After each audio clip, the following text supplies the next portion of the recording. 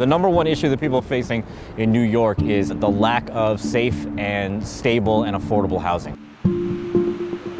Everyone's life is a line of dominoes, and one thing that's out of place can affect something way on the other side. Come down to criminal court, on a Monday morning and see who's presented there and their needs. Often the through point is housing.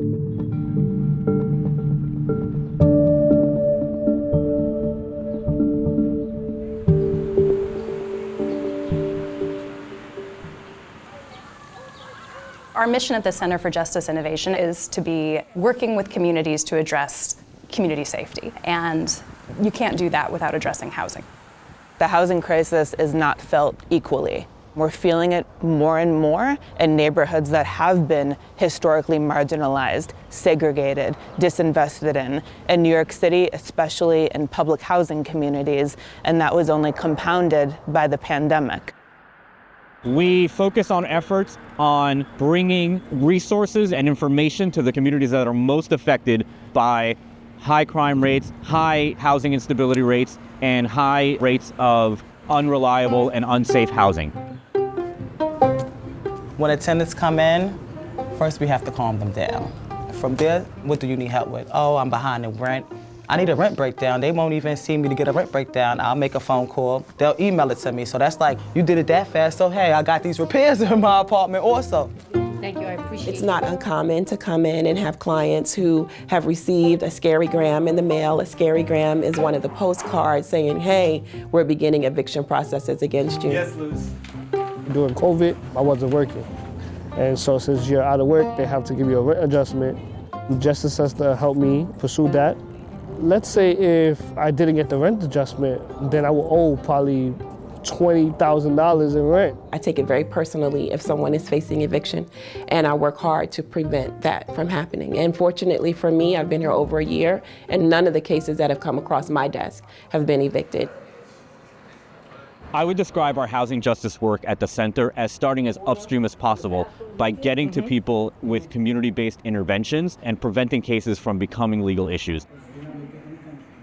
If I find out that someone needs job training, we talk about that. If I find out that someone doesn't have their GED yet, oh, we got that upstairs. If I find out that someone is having strife with a neighbor, oh, peacemaking is downstairs. So, come for the eviction prevention, stay for all the other help.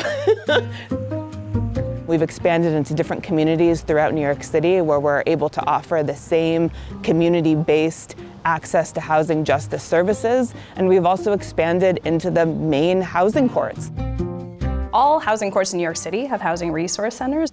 They're there to answer questions, but what our team is doing really goes far beyond that.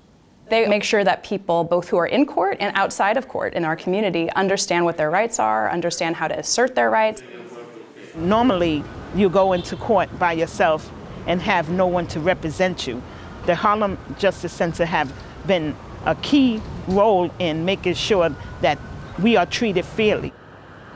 It was raining inside my apartment like it was outside, meaning they kept coming and patching the roof. I went to the courthouse and sat down with a team of people, and they helped me present my case to housing. Relationships are formed within here that last forever.